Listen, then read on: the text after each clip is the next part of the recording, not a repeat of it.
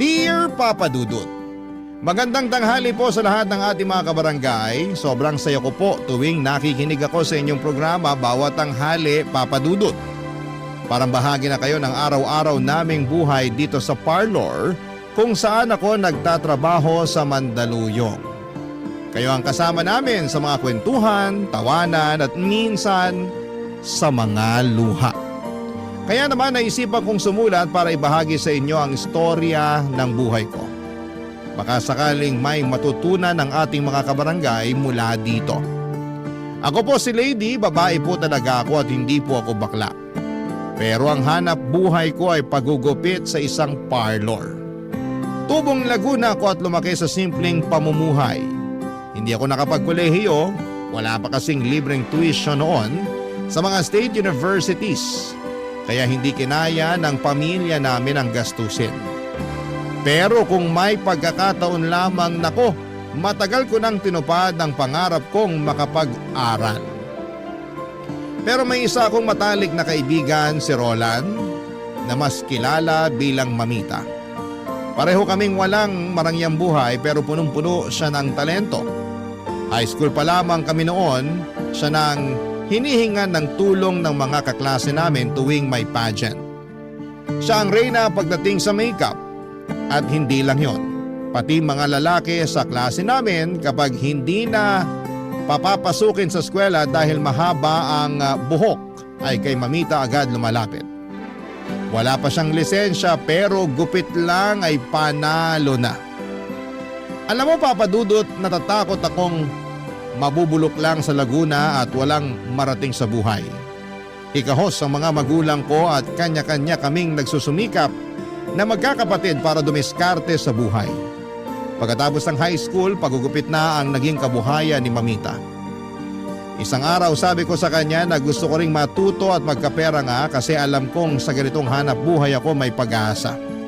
Pumayag siya at naging sobrang tiyaga niya sa pagtuturo sa akin. Pero hindi pala madali ang pagugupit ng buhok. Ang hirap niyang aralin. Pero inilaban ko pa rin. Mga customer ni Mamita ang una kong naging biktima. Pinagpraktisan pala. Ako ang unang gagalaw ng gunting pero kapag may sablay na ay si Mamita na ang naging to the rescue para itama ang mali kong paggupit. Dahil sa tiyaga ni Mamita ay natuto rin po ako. Hanggang isang araw ay niyaya niya ako lumuwas ng Maynila. May kaibigan daw siyang may parlor sa Mandaluyong na naghahanap ng bagong parlorista. Sabi niya sa akin na eto na ang pagkakataon namin. Baka dito na magbago ang buhay naming dalawa. At hindi na matutuloy ang kinakatakot ko na mabubulok lang sa probinsya. Iba daw kasi ang buhay kapag nasa syudad na. Bit-bit ang pangarap, Papa Dudut, ay sumaba kami sa Maynila. Magkasama kami ni Mamita sa isang pangarap at sa isang kwarto na aming inuupahan. Siya ang naging ina, ama at kapatid ko sa syudad. Alam niya ang lahat ng sikreto ko. Alam na alam niya kung malungkot ako at alam niya rin kung kinikilig ako.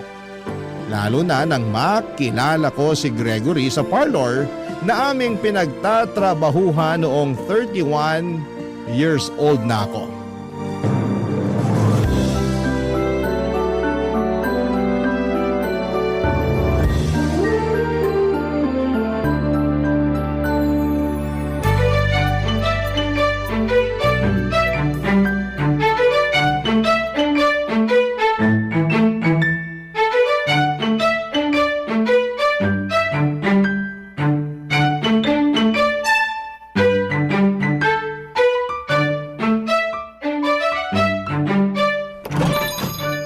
Magandang tanghali po. Ay, ang gwapo naman. Anong atin? Magpapagupit po. Talaga? Sayang naman. Po? Kako, ako sana kaso may nire-reban pa ako, Toy. So maghihintay na lang po ako kapag tapos na kayo? Ay, hindi, Toy. Hindi akong gugupit sa'yo. Isang bakla rin. Wait ka lang sandali, ha? Nasa CR pa, lalabas din yon.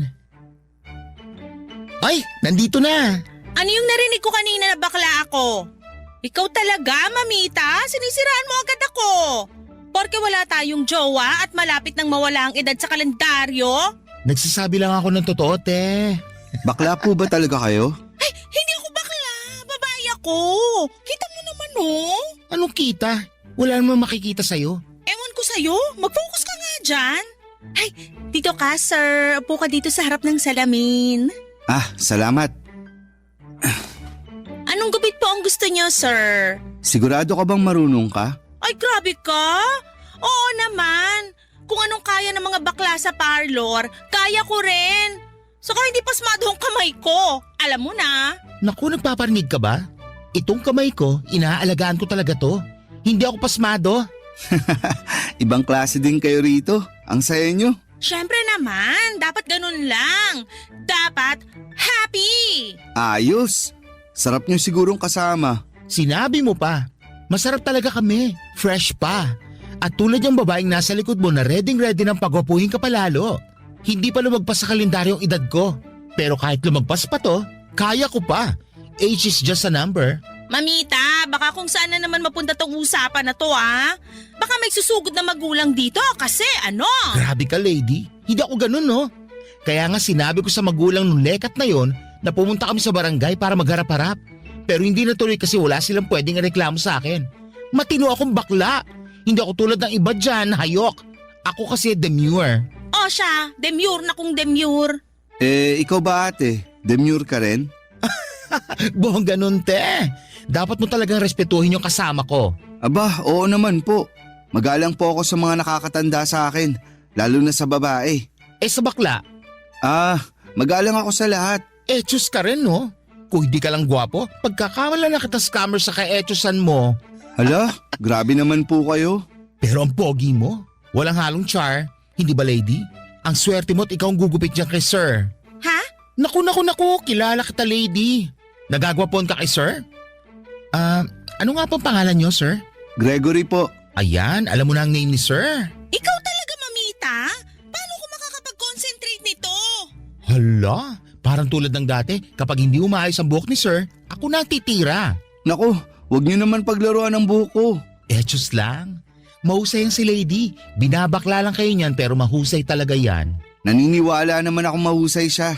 Pagwapuhin mo pa ako lalo Oo naman. Sisimulan ko na pong gupitan ng buhok nyo, Sir Gregory. Siguro, Gregory na lang ang itawag mo sa akin. Bata pa naman ako para i-sir nyo. Customer po kayo, kaya sir ang tawag ko. Sige na, Gregory na ang itawag mo. Sige ka, di ako babalik dito kung ipipilit mo yung kakaser mo. Ay, wag naman po, Gregory. Ayan, ayusin mo ang paggupit Masusunod po, kamahalan. Charot! Sobrang gwapo po talaga si Gregory Papadudut. Parang kahawig niya po si Ruru Madrid. Maganda rin ang mga muscles niya. Lalaking lalaki talaga. At tama po ang napansin ni Mamita na nagwagwapuhan ako sa kanya sa unang pasok niya pa lamang sa parlor. Hindi ko lang pinahalata kasi parang hindi naman po tama na parang ang landi ko kaagad sa paningin niya.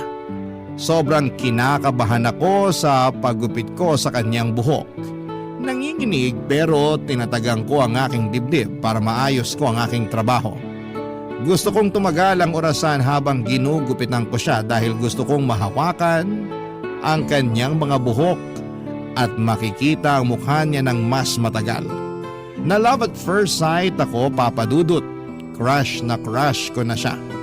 Pagkatapos kong gupitan si Gregory ay parang nararamdaman ko pa rin ang ulo niya. Na-imagine ko pa rin ang mga oras na ginugupitan ko siya. Ilang gabi din akong hindi kaagad makatulog kasi naiisip ko ang mukha niya. Gusto kong makita ko siya at dumating nga ang araw na pinakahihintay ko.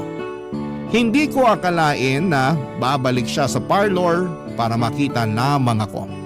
Nagulat ako, Papadudut. Sabi niya ay gusto niya lang na tumambay para makita ko. Doon niya hiningi ang number ko at agad na naging chatmate kaming dalawa. Bawat receive ko ng text niya ay naglulupasay ako sa kilig. Pero pinagsabihan agad ako ni Mamita na huwag seryosohin at baka masaktan lamang daw ako. Kalaunan ay nanligaw na si Gregory sa akin. Sino ba naman ako para tumanggi sa isang napakagwapong Adonis?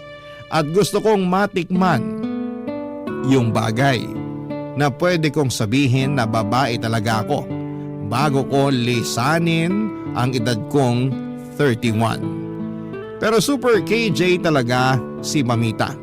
Pinagsabihan ba naman ako na huwag magpapadala sa mga matatamis na salita ni Gregory. Pero sabi ko ay inggit lang siya kasi may lalaki nang nagmamahal sa akin. Sa madaling salita ay hindi ako nakinig sa kanya, Papa Dudut. Gusto ko kasi si Gregory kaya sinagot ko na ng walang paligoy-ligoy. Naging kami na officially ni Gregory ang Ruru Madrid ng buhay ko. 1 linggo pa lang kami ay isinuko ko na kaagad sa kanya ang pagkababae ko.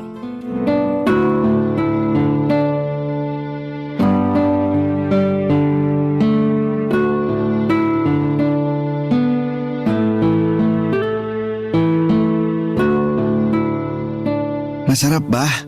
Ha? Oo naman.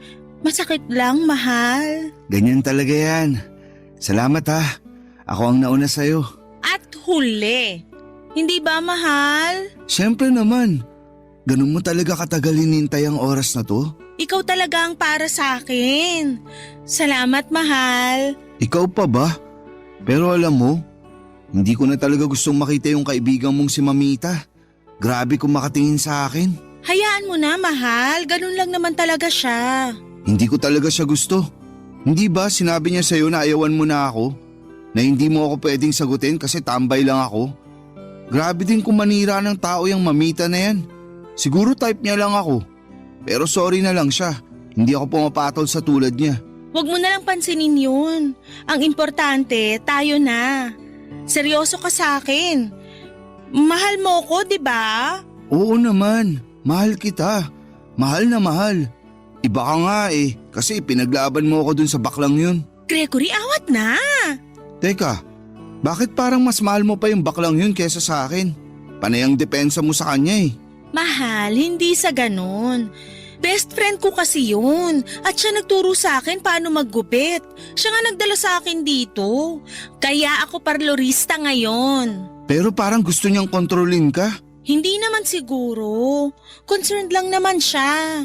Pero wala naman siyang ipag-aalala sa'yo kasi alam kong mabuti kang tao at mabuti ang intensyon mo sa akin. Tama ka dyan. Mahal kita, lady. At buti naman na solo kita ngayon. Umabsent muna ako sa parlor para samahan kita. Iba ka talaga. Mahal na mahal mo talaga ako. Pero hindi pwedeng parati kang absent ha. Paano na ang kita mo niyan? Baka yung customer mo mapupunta na dun sa baklang hukluban na yun. Hindi naman. Saka ganun naman talaga sa parlor. Kung sino ang nandun, siya na gagawa. Hayaan mo na.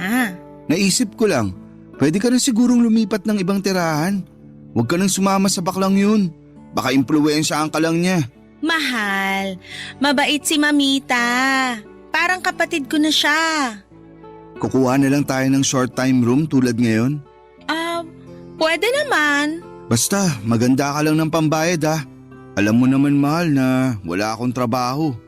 Basta paliligayahin kita. Gusto kong masasarapan ka lang kasi mahal kita eh. Salamat, mahal. Mahal, may papakiusap pala ako sa'yo. Ano yun, mahal? Si Rico, birthday niya kasi. Pupunta ako sa kanila. Mahal, pwede bang makahingi ng pera? Pambili lang ng pang-inom para may bit-bit naman ako.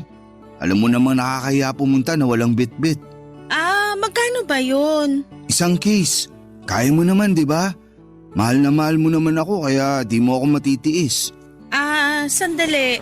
Titingnan ko sa wallet ko. Kaya mo yan. Ikaw pa ba?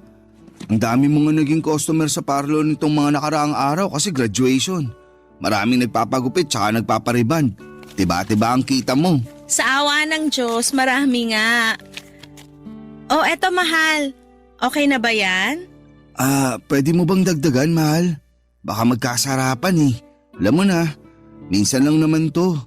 Basta, kapag nagkatrabaho na ako, babawi ako sa'yo. Promise. Eto mahal oh. Yan na muna kasi marami din akong babayaran eh. Saka nagpapadala rin ako sa mga magulang ko sa probinsya. Matanda na sina mama at papa ko eh. Sige, okay na nga to, mahal. Pamasahe na lang. Sige na. Yan na muna ang pambayad ko sa'yo, mahal. Basta mag-ingat ka ha. Oo naman, iingatan ko sarili ko. Pangako. Maraming salamat dito, mahal. The best ka talaga. Mag-enjoy ka sa party. Aba, syempre. Salamat talaga dito sa bigay mo, mahal. Welcome, mahal. At dahil nga mahal na mahal ko si Gregory at may sapat naman akong pera papadudot ay binibigyan ko na siya. Hindi ko naman iniisip na mabigat yon sa akin dahil mahal ko siya at gusto kong suportahan siya sa abot ng aking makakaya. Lagi niyang sinasabi sa akin na kapag siya ay nagkaroon ng trabaho at kumita na, ako naman daw ang kanyang aalagaan. Lalo na raw kapag magiging asawa na niya ako. Paulit-ulit po niyang pinapangako na siya raw ang bubuhay sa amin, pati na sa magiging anak namin sa hinaharap. Napakalambing niya kaya madalas ay nadadala ko sa mga matatamis niyang salita dahil doon ay tinatago ko kay Mamita ang tungkol sa pagbibigay ko ng pera kay Gregory. Halos linggo-linggong nagbibigay ako sa kanya na parang ginawang allowance ang pera ko. Hindi ko na nga namamalayan pero halos lahat ng sahod ko ay nauubos na sa kanya. Hindi na ako nakakaipon dahil sa kanya na napupunta ang karamihan ng kita ko. At hindi na rin ako nakapagbibigay ng pera sa aking mga magulang. May mga pagkakataon na ramdam ni Mamita papadudot na pineperahan lamang ako ni Gregory. Paulit-ulit niyang sinasabi sa akin na mag-ingat ako dahil baka ginagamit lamang niya ako. Pero tuwing tinatanong niya ako kung nagbibigay ba ako kay Gregory ng pera ay todo ang pagtanggi ko. Ayaw kong isipin niya na mali ang relasyon namin. Hindi ko rin kayang aminin kahit sa sarili ko na baka nga totoo ang sinasabi ng ibang tao na baka pera lamang ang habol ni Gregory sa akin. Pinipilit kong paniwalain ang sarili ko na mahal niya ako. At totoo ang lahat ng mga pangako niya. Umaasa akong darating ang araw na magbabago ang sitwasyon, na siya naman ang magpapasaya, bubuhay at mag-aalaga sa akin. Pero minsan ay hindi ko maiwasang mag-isip. Bakit ganon? Bakit ako na lamang palagi ang nagbibigay? Bakit parang ako na ang bumubuhay sa kanya? Kapag hindi ko siya nabibigyan ng pera ay nagtatampo siya. Ang bigat sa pakiramdam. Pero iniisip ko na lamang na mahal ko siya at siguro ay eto ang paraan ko para ipakita yon. Iniintindi ko na lamang na wala pa siyang trabaho kaya ako muna ang gumagawa ng ganong responsibilidad. Mahirap pero mahal ko si Gregory papadudot. At kung mahal mo ang isang tao, ay gagawin mo ang lahat para mapasaya siya. Kahit minsan ay ikaw na ang nasasaktan. Barangay Love Stories. Barangay Love Stories. Mahal na mahal ko po talaga si Gregory papadudot. Pero kahit na anong paliwanag ko ay hindi pa rin naniniwala si Mamita. Paulit-ulit niya akong sinasabihan na mukhang niloloko lamang ako ni Gregory. Hindi ko alam kung bakit ganon siya kung makapagbitaw ng salita. Siguro ay dahil ayaw niyang masaktan ako pero hindi ko maiwasang mainis kapag sinasabi niyang ginagamit lamang ako ni Gregory. Tuwing napag-uusapan namin siya ay nagiging tensyonado ang usapan namin ni Mamita. Kaya naman kadalasan ay iniiwasan ko na lamang na mapunta roon ang usapan namin para hindi kami magtalo. At tuwing nasa inuupahan naming room, at agad akong natutulog para iwas na rin nabanggitin ang tungkol sa relasyon namin ni Gregory. Minsan nasa labas din ako ng bahay para makipag-chat kay Gregory. Ganun po ang naging sistema ko para hindi ako mainis kay Mamita. Dumating na nga sa puntong napag-isipan ko na ring sundin si Gregory na lumipat na lamang ako ng ibang bahay para malayo sa panghihimasok ni Mamita. Sabi pa nga ni Gregory, mas magiging magaan daw ang relasyon namin kung hindi ko kasama si Mamita sa bahay. Pero kahit na anong pilit ko ay hindi ko magawang iwanan si Mamita. Malaki ang utang na loob ko sa kanya. Siya ang kumupkop sa akin noong panahong walang-wala ako. Siya ang nagdala sa akin dito sa Maynila. Kung hindi dahil sa kanya baka hanggang ngayon ay nasa probinsya pa rin ako at walang maayos na trabaho. Ayokong bayaran ang kabutihang ipinakita niya sa akin ng pagtalikod.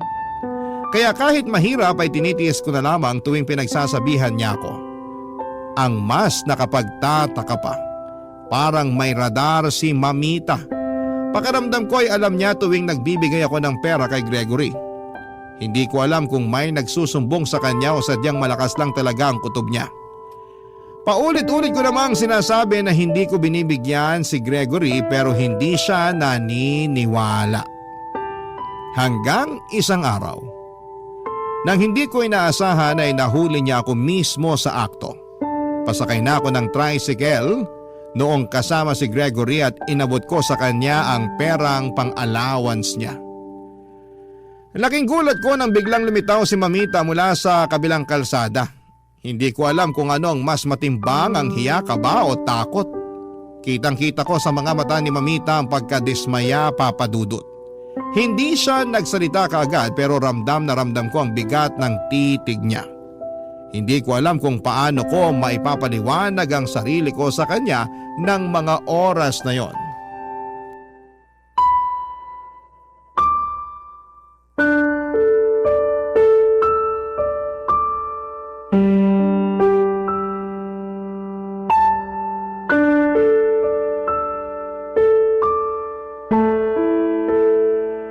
Ano yung nakita ko kanina, lady? Binibigyan mo pa rin ng pera ang lalaking yon? Gumising ka na nga. Mamita, hindi mo naiintindihan. Hindi ko naiintindihan. Ipapaliwanag ko sa iyo mga napuna ko. Bago kayo naging magjowa nung lalaki mo, may mga pagkakataon na sinasagot mo merenda namin lahat sa parlor kahit hindi kami nagpapalibre sa iyo. Ngayon, pansin na kapos ka na. Halos hindi ka na makakain. Bakit? Dahil napupunta sa lalaking yun ang pera mo. Tingnan mo nga sarili mo sa salamin. Nangangayayat ka na. Sa kasabi ng kapatid mo sa probinsya, hindi ka na daw nagbibigay sa mga magulang mo. Nakakapanibago kasi dati sila inuuna mo. Mamita, pakiusap. Huwag mo sanang palakihin. Palakihin? Anong tago sa ginagawa mo? Maliit na bagay? Halos mapasma na yung kamay mo. Kakagupit mo dito sa parlor. Lahat ng pinaghirapan mo, ayun. Binibigay mo lang sa lalaki mong yon. Lady, isipin mo naman ang sarili mo. Ginusto ko naman yun, Mamita. Wala kang dapat ipag-alala sa akin. Buhay ko naman to. Wala akong dapat ipag-alala, lady. Oo, buhay mo yan pero kaibigan mo ako. Sabihin na nating mahal mo nga siya. Sige, nando na tayo. Pero dapat sarili mo muna ang unahin mo. Hindi yung puro siya. Habang ikaw, nagtatrabaho hanggang mapagod. Siya, anong ginagawa niya? Nasa kung saang impyerno nagpupunta, naghihintay ng sustento mo. Hindi mo siya kilala, Mamita. Hindi siya ganon. Ay hindi? Anong tago sa paulit-ulit yung paghingi ng pera? Yun nakita ko kanina. Hindi mo may tatanggi yun. Ganun ba ang lalaki nagmamahal? Lady, gumising ka. Ginagamit ka lang niya. Mamita, tama na. Hindi mo alam ang lahat. Mahal ko si Gregory. Naririnig mo ba ang sarili mo? Mahal mo siya, oo. Pero hindi ibig sabihin niya magpapakatanga ka. Simula nang dumating yung lalaking yan, nag-iba ka na. Nawala na yung lady na may respeto sa sarili niya. Nag-iisip para sa mga magulang niya. Lady, unahin mo naman ang sarili mo. Kaya nga inuuna ko na ang sarili ko. Kaya hindi ko na sila pinapadalan. Ano? Sabihin mo na ang gusto mong sabihin pero hindi ko siya iiwan. Mahal ko siya at mahal niya ako. Ito ang uunahin ko. Kung mahal ka niya, bakit kailangang halos ikaw ang bumuhay sa kanya? Bakit ikaw tong halos mawalan na ng makain? Ganyan ba ang pagmamahal? Yung ikaw nagbubutas ng bulsa habang siya, panay pakit lang? Tapos ikakama ka kung kailan niya gusto? Ikaw pa nagbabayad ng pag-check-in niyo. Hindi mo kasi nakikita yung nakikita ko sa kanya. May plano na kaming bumuo ng pamilya. Paano? Sa pera mo? Sa pawis mo? Lady, hindi ka bangko. Hindi mo responsibilidad na tustusan ang buhay niya. Ang laki-laking tao ng lalaking yon. Patambay-tambay lang, walang ginagawa. Parang gusto magpakaharing nakaupo lang at pinagsisilbihan mo. Inaalila ka niya. Tama na yung paninira mo sa kanya. Hindi ko siya tinutustusan. Tinutulungan ko lang siya hanggang makahanap siya ng trabaho. Talaga lang ha? Lady, wala na sa kalendaryong edad mo. Dapat matured ka na. Pero mukhang immature ka pa rin. Ilang beses ko na tong sinabi. Pero heto ka pa rin. Nakapikit pa rin ang mga mata mo. Mamita, pagod na akong paulit-ulit natin pinag-uusapan to. Pwede ba? Huwag mo na kaming pakialaman. Concern ang tawag doon, lady. Kaibigan mo ko. Hindi ko maaatim na nakikita ang ginaganyan lang ng batugan na yun. Na mukhang ang batuta niya lang ang ibinibida niya sa'yo. Hindi ko kailangan ng concern mo. Alam ko yung ginagawa ko. Talaga lang ha? Eh bakit sa tuwing nababagit si Gregory, umiinit ang ulo mo? Kung masaya ka, bakit ka ganyan magsalita? Dahil sawa na ako. Sawa na ako kasi lahat na lang kayo kontra sa amin. Hindi ko kailangan ng sermon mo. Daig mo pa mga magulang ko. Hindi sermon to. Boses ng katotohanan to, lady. Matagal na tayo magkaibigan. Oo, hindi mo ako magulang. Hindi mo ako kaano-ano. Kung may halaga pa ako sa'yo, pakinggan mo naman ako kahit minsan lang. Pero bakit nga ba ako nagmamalasakit sa'yo? Pwede ko namang hindi napansinin yung mga ginagawa mo. Yun na nga. Huwag mo na kasing pansinin. Mahal ko siya, mamita. Yun lang ang totoo. Pero mahal ka ba niya, lady? Yung totoo. Kung oo, bakit ka napapabayaan? Bakit parang ikaw lang ang lumalaban sa relasyon nyo? Mukhang ikaw ang bumubuhay sa lalaki. Mukhang ikaw ang ginawa niyang alkansya na araw-araw kinukuhanan niya pero walang hinuhulog na pera. May mga hindi ka alam. May mga pangako siya na binitiwan sa akin. Pangako? Gumising ka na nga. Kahibangan na yan. Huwag kang tatanga-tanga. Mamita, tama na please. Hindi ko kayang panoorin kang nasasaktan, lady. Pero kung pipiliin mo pa rin siya, bahala ka. Nagsasabi lang ako ng totoo dahil ayokong dumating yung araw na magsisisi ka. Para mapanatag ka, hindi ko pagsisisihan ang pagmamahal ko sa kanya. Wow! Sana nga! Sana hindi mo balikan ang mga salitang yan kapag huli na ang lahat. Hindi talaga. Ewan ko sa'yo, babae ka. Parang nauubusan ka ng lalaki. Siguro, inggit ka lang kasi may lalaking nagmamahal sa akin. Hindi ako inggit. Yan talagang naiisip mo sa akin, lady. Kaya ko magkaroon ng lalaki para mairaos ko ang uhaw ko. Pero hindi ako nagpapaagaga tulad ng ginagawa mo. Daig mo pa ang bakla ng hindi makabuking sa inaasal mo. Bakit ka naiiyak? Totoo sinasabi ko sa'yo. Kaya mag-isip-isip ka na. Huwag kang tanga, lady. Hindi ko na kinikibo ang kaibigan kong si Mamita pagkatapos ng tagpong yon, Papa Dudut. Kahit na anong sabihin niya ay pinipili kong huwag na lamang makinig. Nakakapagod na rin kasi ang paulit-ulit naming pagtatalo. Alam ko namang hindi niya maintindihan ang nararamdaman ko. Oo, patuloy pa rin ako sa pagtatrabaho sa parlor kahit umalis na ako sa bahay na tinitirhan namin ni Mamita. Masakit pero kailangan kong gawin dahil sa pagmamahal ko kay Gregory. Papadudot kahit mapagod at masaktan ang katawan ko sa buong araw na pagtayo, paggupit at pagkulot ng buhok ng mga kliyente.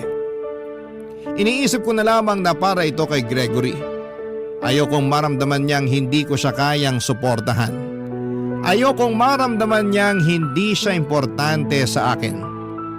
Kaya kong isakripisyo ang lahat kahit na ang pagkakaibigan namin ni Mamita. Pero dumating ang panahon na kapag humihingi ng pera si Gregory at matumal ang parlor at wala na akong maibigay, kaya umuutang na lamang ako sa mga kasamahan ko.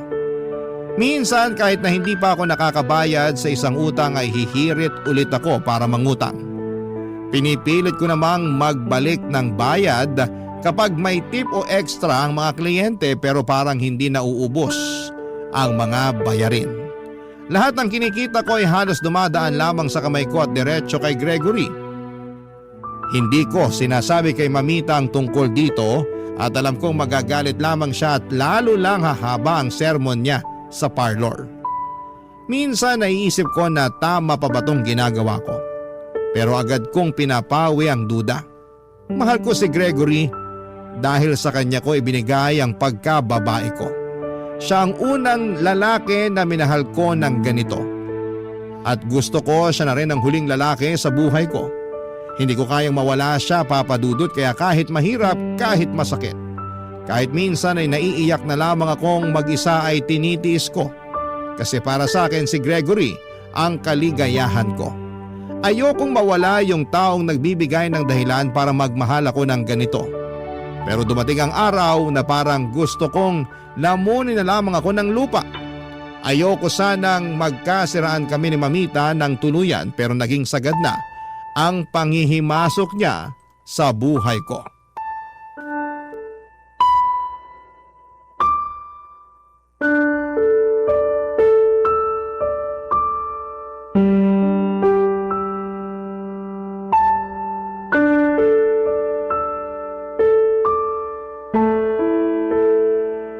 Lady, pwede ba kita makausap? Mamita, sa susunod na lang. Uwi na ako.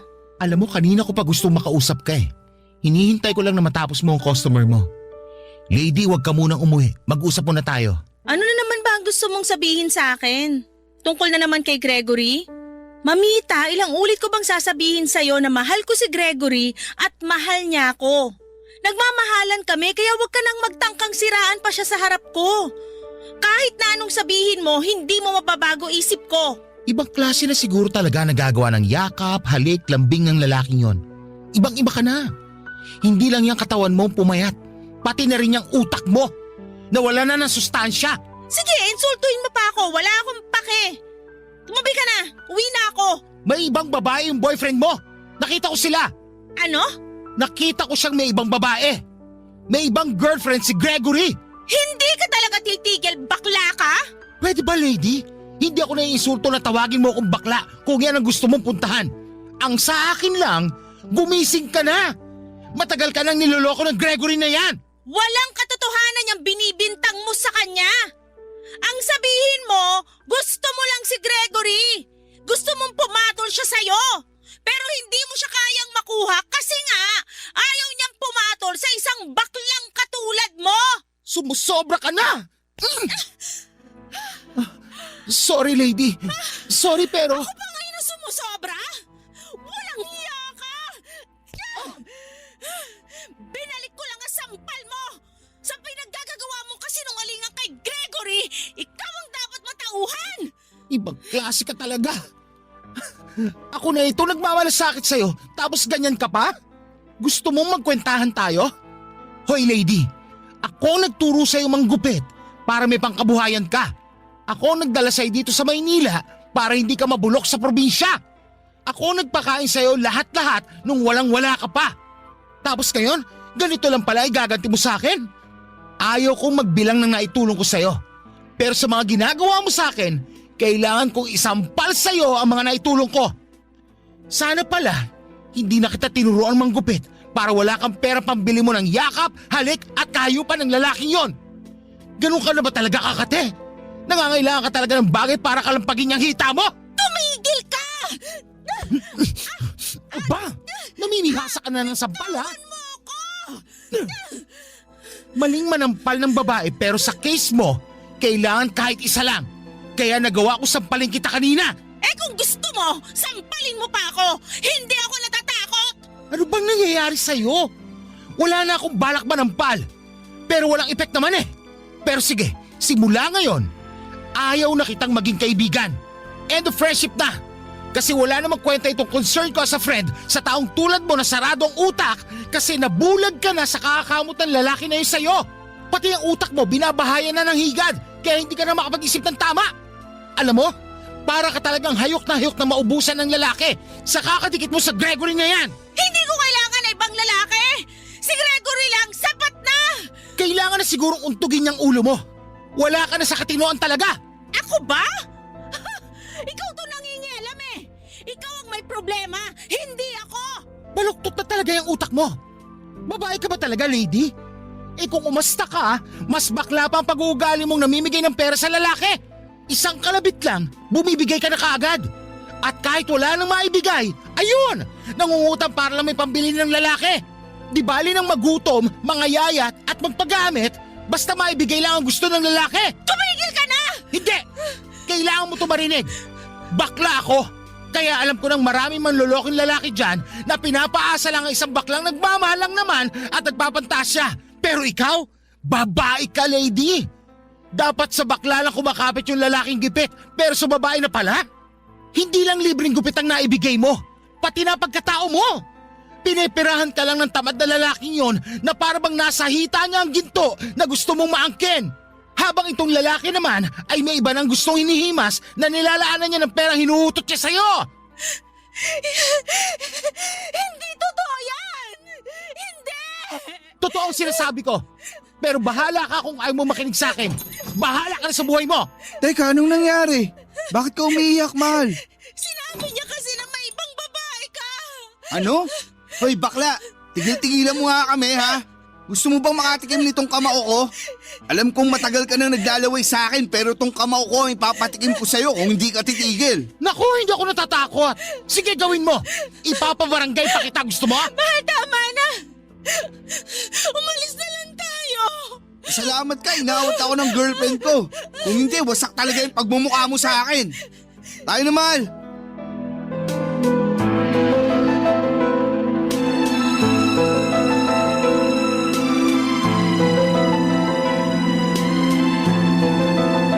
Pagkatapos ng matinding pagtatalo namin ni Mamita, pakiramdam ko ay tuluyan nang nagbago ang lahat.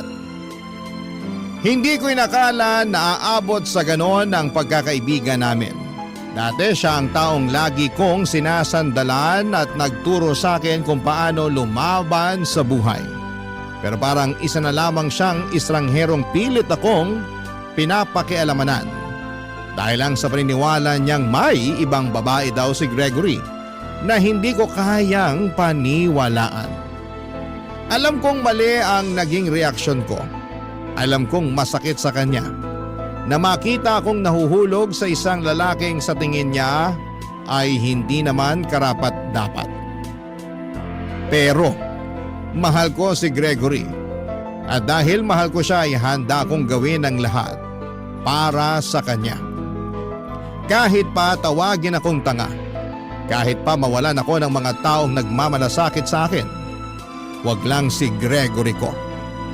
Pero hindi ako bulag, Papa Dudut. Alam kong may posibilidad na tama si Mamita na maaaring ginagamit lamang ako ni Gregory. Pero pinili kong maniwala sa pangako niya na sa oras na magkapera siya ay ako naman ang aalagaan at bubuhayin niya. Ipaparamdam niya sa akin na isa akong babae at umaasa ako na sa araw na mangyari yon, alam kong masakit ang mawalan ng isang kaibigan. Lalo na kung ito ay isang taong itinuturing kong pamilya. Pero minsan ay may mga bagay na kailangang isakripisyo para sa taong mahal mo. Marami ng beses na pinagsabihan ako ni Mamita pero sa halip na pakinggan siya, ay mas pinili kong manindigan para kay Gregory. Ito ang pinili ng puso ko. Ito ang desisyon ko. At handa kong harapin ang anumang kahihinatnan nito. Kahit pa ang kapalit ay ang pagkawala ng isang matagal ng kaibigan, Papa Dudut. Barangay Love Stories. Barangay Love Stories. Umalis ako sa parlor, Papa Dudut. Nag-decide akong lumipat sa iba at hindi ko na kinaya ang tensyon sa pagitan namin ni Mamita. Matapos ang matinding away, pakiramdam ko ay wala na akong lugar sa dating parlor kung saan ako nagsimulang mangarap. Ang sakit na naramdaman ko sa pagtatalo namin ay mas malalim kesa sa inaasahan ko. Dati siya ang laging nandyan para sa akin. Pero ngayon ay tila tuluyan na kaming nagkahiwalay ng landas at sa tingin ko ay eto na talaga ang wakas ng aming pagkakaibigan. Ngunit sa kabila ng bagong simula ay may isang bagay akong hindi inaasahan. Ang matuklasan, Papa Dudut, na tama nga si Mamita. Hindi ko inakalang mangyayari ito na ang babala at paratang niya laban kay Gregory ay totoo pala. Mali akong tinalikuran ko si Mamita at ipinagkait ko ang pagkakataong marinig ang katotohanan. Ngunit heto ako ngayon. Natulala sa harap ng isang katotohanang hindi ko na kayang itanggi. Nahuli ko si Gregory kasama ang ibang babae at hindi lang basta kasama kundi kaakbay, kasabay na tumatawa pa at malinaw sa kilos nila na may relasyon sila. Parang bumagsak ang mundo ko ng sandaling yon, lalo na nang naghalikan sila sa lips sa harapan ko. Ang lalaking pinaglaban ko, ang lalaking pinaglaanan ko ng oras, pera at pagmamahal, lahat ng yon ay nauwi lang pala sa kasinungalingan. Pilit kong binabalikan ang lahat ng sinabi niya sa akin noon. Ang pangakong hindi niya ako iiwanan. Ang paniniyak niyang ako lamang ang mahal niya, ngunit lahat ng yon ay isa lamang ilusyon na pinili kong paniwalaan. Papa Dudut, napakasakit pong malaman na tama ang taong iniwan ko, habang mali ang lalaking ipinaglaban ko. Mas masakit ang tanggapin na ako mismo ang nagbulag-bulagan at wala akong ibang masisisi kundi ang sarili ko. Kung sana'y nakinig lamang ako kay Mamita noon, kung sana ay hindi ko sinantabi ang mga babala niya, hindi sana ako umabot sa ganitong sitwasyon. Pero huli na pala para bumalik pa. Ang tanging magagawa ko na lamang ay bumangon mula sa pagkakamaling ito at tanggapin ang katotohanan na minsan ang pag-ibig ay hindi sapat para panatilihin ang isang taong hindi naman kailanman naging totoo sa iyo, Papa Dudut.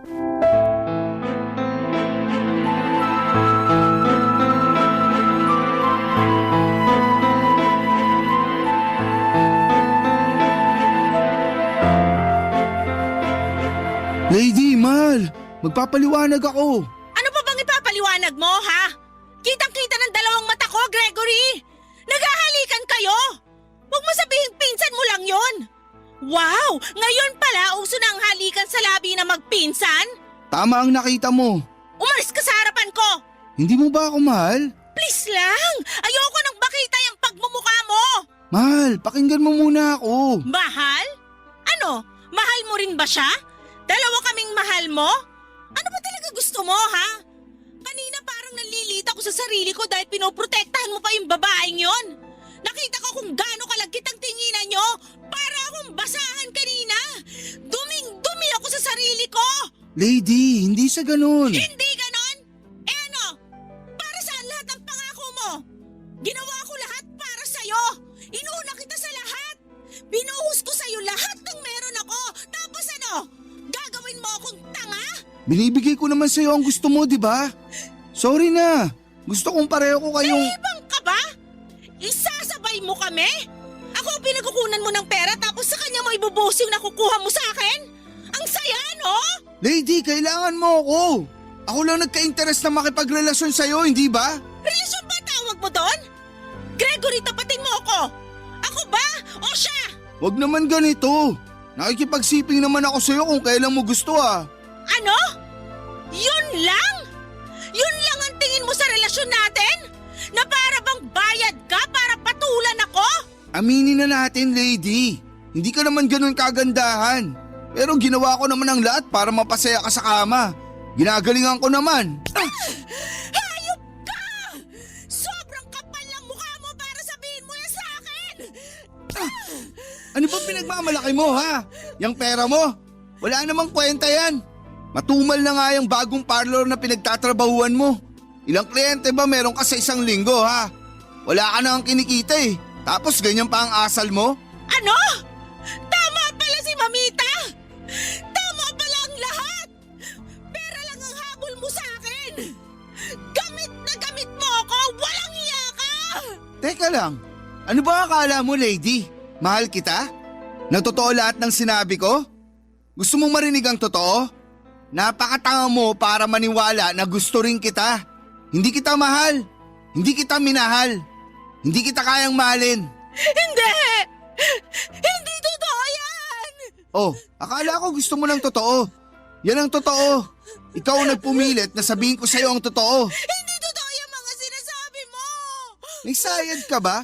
Gusto mo pa rin paniwalaan yung ilusyon mo? Tingnan mo nga ang sarili mo sa salamin. Mahal kita! Marami ako sinakripisyo at tinis para sa'yo! Tanga ka talaga kaya madali kitang nakuha. Kung bakla ka, mas maiintindihan ko pa. Pero babae ka. Sa bagay, mukha ka naman bakla. Hayop ka talaga! Ang sama Namumuro ka na ha. Kasalanan mo kung bakit ka nag-iilusyon. Isa kang malaking tanga. Wala ka talagang iya. Pasalamat ka nga, natikman mo ko. Hindi ba yun ang gusto mo? Hindi ba ikaw ang humahabol sa akin? Ang babae, hinahabol. Pero ikaw ang lumuhod para lang pansinin kita. Kaya huwag kang magmukhang kawawa dyan, lady. Tama na! Umalis ka na sa harapan ko! Lumayas ka! Lalayas naman talaga ako. Lumayas ka! Umalis ka na! Mas mabuti pa mag-isa ako kaysa makasama ang isang lalaking katulad mo! Huwag mo na ako yung pagtulakan pa. Aalis ako. Huwag na huwag ka nang babalik!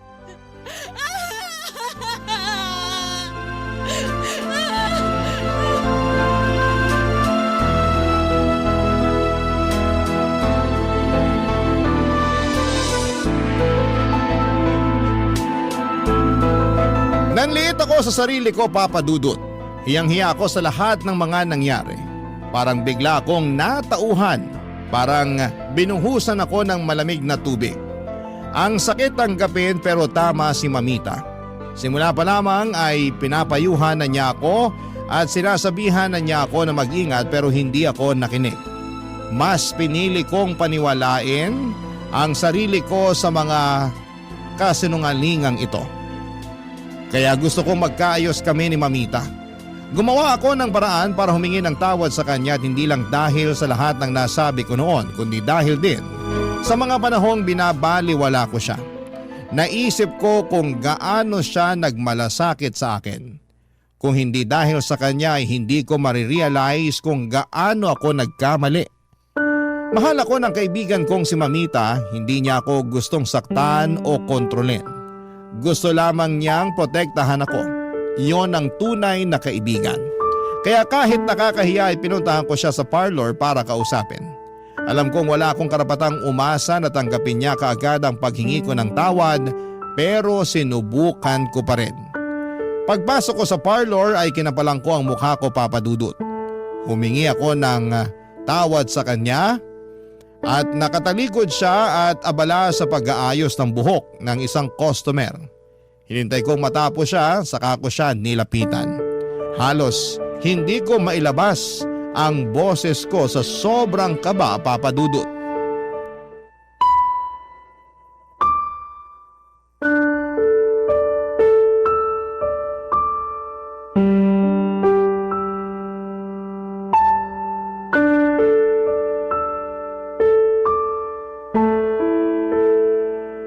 Mamita, Aba, anong ginagawa mo rito?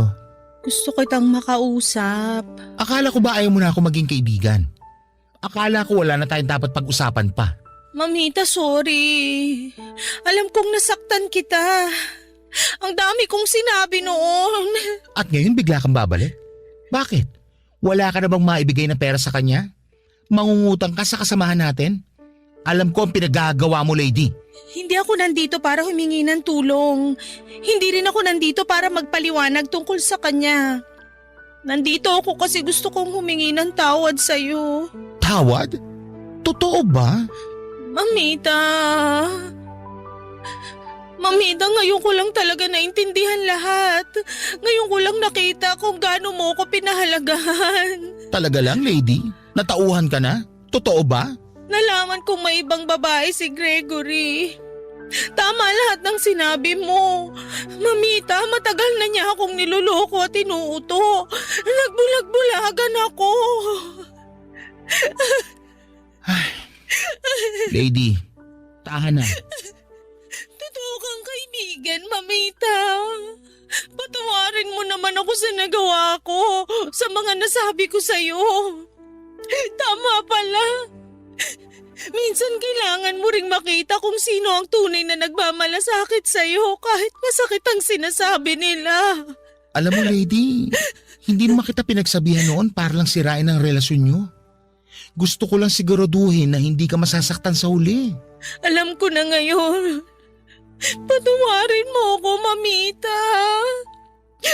Sana mapatawad mo ako sa lahat ng masasakit na sinabi ko noon. Sobra ako nasaktan, lady. Kasi para na kitang kapatid eh. O pwede ring anak na kita. Kasi nga mamita mo ako. Ibig sabihin, para na kitang nanay. Aba, ewan ko sa'yo. Pero ano ba talaga? Gusto mo na ulit ako maging kaibigan? Gusto ko, mamita. Kung papayag ka. Aba, hindi ko alam. Siguro kung manlilibre ka ng milk tea, baka mapag-isipan ko. Kahit 10 pa, mamita. Huwag naman 10, baka tumaas ang sugar ko. Tara, usap tayo. Mamita, salamat. Saka sorry talaga. Naintindihan ko. Salamat. Naalala mo pa ba, mamita? Nung una mo akong tinuruang maggupit. Takot na takot ako humawak ng gunting at gumupit ng buhok. Oo naman. Halos masira mo na ang buhok ng unang pinagtripan natin. Ang pangit ng layers. Akala ko talaga mapapabarangay tayo sa ginawa mo. Ikaw ang nagligtas sa akin noon. Sabi mo, huwag kang kabahan. Ang buhok tumutubo uli. Ang tiwala minsan hindi. Hindi ko malilimutan yon. Salamat sa tiwala mo sa akin. Basta, kalimutan mo ng lalaking yun ha. Sumali ka na lang sa booking namin. Baliw ka talaga. Alam mo kung bakit ako pumayag na turuan kita manggupit noon? Kasi naman lady, ang dami mong talent pero madalas mong pinagdududahan ng sarili mo. Ang dami mong pangarap pero natatakot kang sumubok. At alam ko may talent ka dito. Kaya kita itinuring na kapatid kasi same tayo. Magaling kang parlorista. Hindi mo lang ako tinuruan sa trabaho, kundi sa buhay, mamita. Pinapatabahan mo naman ang puso ko. Alam mo, mas lalo kong naintindihan kung gaano mo ako kamahal bilang kaibigan. Kaya nga ang sakit nung iniwan kita. Ang sakit nung pinaniwalaan kong mali ka kahit alam kong gusto mo lang akong protektahan. Aaminin ko, nasaktan ako lady. Pero hindi ibig sabihin nun na hindi kita naiintindihan. Ganun daw kasi kapag umiibig, minsan nabubulag. Kaya nga kailangan ng kaibigan na magsasabi ng kailangan ng gumising. Tandaan mo to lady, kahit kailan, hindi ko hiniling na mawala ka sa buhay ko. Mamita, gusto kong bumawi. Gusto kong maibalik yung dati nating samahan, hindi lang sa parlor, hindi lang dahil sa trabaho, kundi dahil mahalaga ka sa akin. Kung ganon, may isang bagay lang akong gustong itanong sa'yo. Ano yun? Natuto ka na ba talaga? Oo, natuto na, mamita. At alam kong hindi ko nahahayaang mawala ka uli sa buhay ko. Ikaw ang pinaka-the best na kaibigan sa buong universe. Ay naku, ang drama natin. Halika nga rito, payakap nga. Ano ba to? Naiyak ako ng bongga. Tara na nga at bumili na tayo ng milk tea. Libre mo na ako. Sige, at this time, ako na ang taya. Ikaw naman talaga. Papadudot masaya ako nagkaayos kami ni Mamita. Kaya sa ngayon ay mas pinipili kong ituon ang oras at lakas ko sa paghahanap ng pera at sa pagpapahalaga sa sarili. Napagtanto ko na hindi ko maaaring ibuhos ang lahat ng meron ako sa ibang tao nang hindi muna iniintindi ang sarili kong pangangailangan. Dati inuuna ko palagi ang ibang tao, ibinibigay ko ang lahat ng meron ako. Kahit pa nangangapa na ako sa sarili kong direksyon. Pero ngayon ay unti-unti kong natutunan na hindi masama ang unahin ng sarili. Hindi kasalanan ang mahalin ang sarili bago ang iba. Yun ang itinuro sa akin ni Mamita. At kung may ibang tao man ako na kailangan kong unahin maliban sa pamilya ko, si Mamita yon. Bakla man siya pero napakabuti niyang tao. Sa paglipas ng panahon ay natutunan kong hindi lang pagmamahal sa ibang tao ang mahalaga. Kailangan ko rin po itong ibigay sa sarili ko. Kapag inuna ko ang sarili kong kapakanan ay doon ko mas maunawaan kung paano magbigay ng tamang pagmamahal sa ibang tao. Kaya ngayon papadudot mas pinagtutuunan ko ng pansin ang pagbuo ng mas matibay na sarili. Pinaguhusayan ko ang paghahanap ng pera hindi lang para sa kasalukuyan, kundi para sa hinaharap na rin. Nagpaplano kami ni Mamita na gumawa ng sarili naming parlor kaya nag-iipon kaming dalawa. Sana balang araw ay matupad ang dream parlor namin. Kasabay ng paghahanap ng pera ay pinapalakas ko rin ang loob ko. Hindi ko na hinahayaang madiktahan ng ibang tao ang halaga ko. Alam kong hindi perpekto ang mundo at may mga tao talagang susubok na samantalahin ka, paiikutin ka o gagamitin ang pagmamahal mo laban sa'yo. Pero ngayon, Papa Dudut, ay natutunan kong ipaglaban ang sarili ko. Natutunan kong hindi ko kailangang magpaubaya ng magpaubaya. Para sa akin, ang pakikipagrelasyon ko kay Gregory ay isa pong aral. Natuto na ako at naniniwala ako, Papa Dudut, na kapag natutunan ko na ang mahalin ang sarili ko ng buo, mas kaya ko magmahal ng iba nang hindi nagsasakripisyo ang sarili kong pagkatao. Ang huli kong balita kay Gregory ay nasa kulungan daw po ito kasama ang barkada dahil kasama itong nahuli sa isang nakawan. Sa isip ko, ang kapalaran na ang gumawa ng paraan para pagbayaran niya ang ginawa niya sa akin. Pero sana kapag makalabas na siya ay tumino na siya at maghanap talaga ng trabaho at hindi aasa sa ibang tao o magnanakaw. Kaya kahit bakla ang parlor, hindi ko kinakaya ito. Sa panahon ngayon ay kailangan natin ng trabaho dahil sobrang mahal ng mabuhay. Hanggang dito na lamang po, Papa Dudut, at marami pong salamat sa inyo sa pagkatampok ng aking kwento. Ang inyong forever kapuso at kabarangay, Lady. Dear Papa Dudut, naniniwala ba kayo sa kasabihan na kapag bukas ang bibig ay sarado ang puso?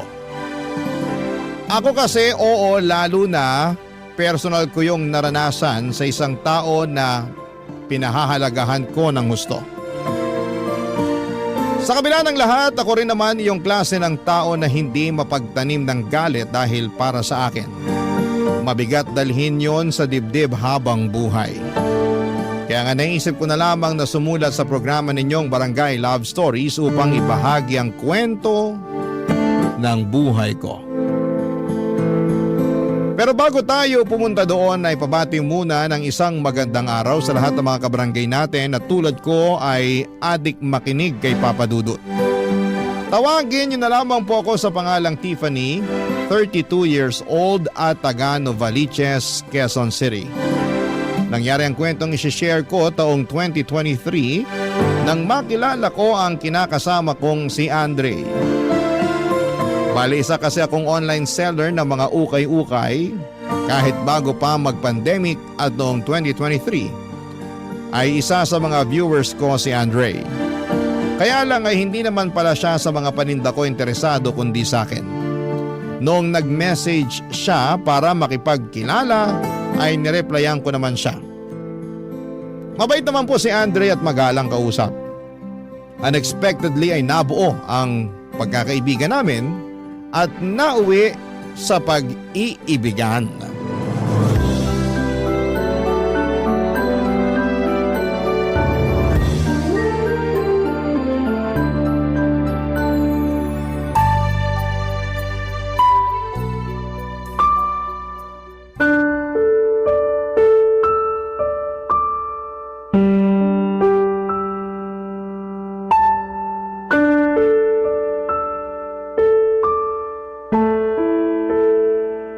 Ano ka mo? Girlfriend mo ang babaeng ito, anak? Opo. Magandang gabi po, Ma.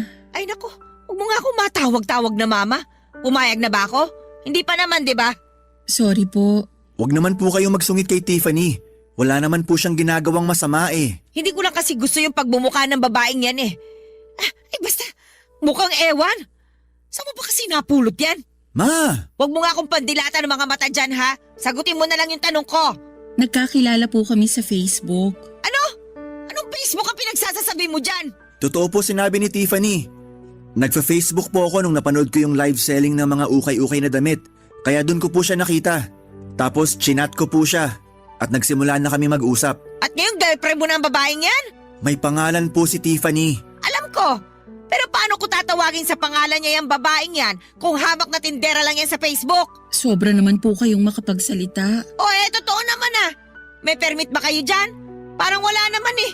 Baka patinda-tinda lang kayo ng kung ano-ano dyan. Baka nga hindi ka totoong nagtitinda eh.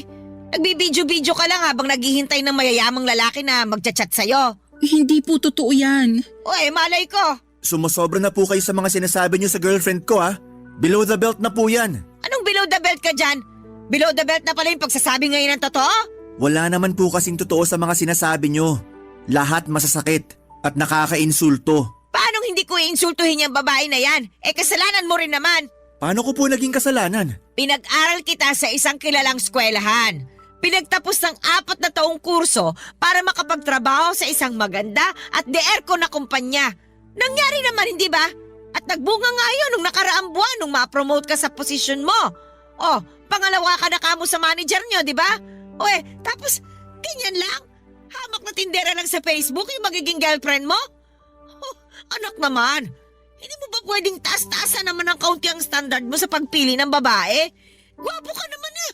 May pinag-aralan ka naman. Ano naman ang sasabihin sa'yo ng mga kamag-anak natin? Sige nga! Mahalaga pa po ba yung sasabihin ng mga kamag-anak natin kesa sa nararamdaman ko? Nagmamahalan kami ni Tiffany. Kaya nga niligawan ko siya at naging kami. Tsaka hindi sabi totoo lahat ng mga sinabi niyo sa kanya. Marangal yung trabaho ng girlfriend ko. Ay basta! Kahit na ano pang sabihin mo marangal na trabaho, hindi ko gusto yung babae niyan para sa'yo. Hoy, sabihin mo nga sa akin, nakapagtapos ka ba ng pag-aaral? Hanggang high school lang po ang natapos ko. Kasi... Kita mo na, Andre! High school graduate lang naman pala tong pinagmamalaki mong girlfriend mo? Wala naman pong problema dun. Malaki ang magiging problema mo dyan. Kasi baka pag nagkaanak kayo, lumabas na wala talagang alam sa pag-aalaga ng bata o gawaing bahay ang babae na yan. Hindi po totoo yan. Dahil kami po ng kuya ko ang nag-alaga at nagpalaki sa 4 pa naming nakababatang kapatid. Kaya may alam po ako sa pag-aalaga ng bata at mga gawaing bahay. O bakit kayo ng kuya mo nagpalaki sa mga kapatid nyo? Nasaan ba mga magulang ninyo? Wala na po sila. Maaga nila kaming iniwan nun. Kaya naman pala naging miserable ang buhay ninyo eh. Wala na rin pala kayong mga magulang na handang gumabay at umalalay sa inyo. Hindi po miserable ang buhay namin. Ginapang po namin ni kuya ang pagpapaaral sa mga kapatid namin. Mayroon na nga po kaming napagtapos sa pag-aaral. Ano naman pala? Bakit hindi mo rin pinagtapos sa sarili mo? Kasi po... Kita mo na? Wala ka talagang pangarap sa buhay. Gusto mo lang umasa sa magiging asawa mo na bubuhayin ka niya, pati na rin yung mga magiging anak nyo habang buhay. Ay, kung mamalasin nga naman talaga, oo. Ikaw pa ang natipuhan ng anak ko. Papadudot, alam ko naman na high school lamang ang tinapos ko. Dahil maaga kaming naulila sa mga magulang noong araw. 16 na taon ako noong nagkasakit sina nanay at tatay at magkasunod na kinuha sa amin. That time ay ginapang ko na lamang na makapagtapos ng high school kahit sobrang hirap. May 4 pa kasi kaming nakababatang kapatid na pinagtutulungan na lamang naming buhayin ang kuya ko.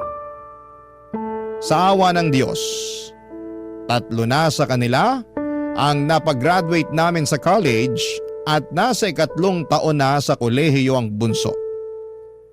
Proud ako dahil kahit na hindi kami nakapagtapos ng pag-aaral ng kuya ko ay napagtapos naman namin ang aming mga kapatid.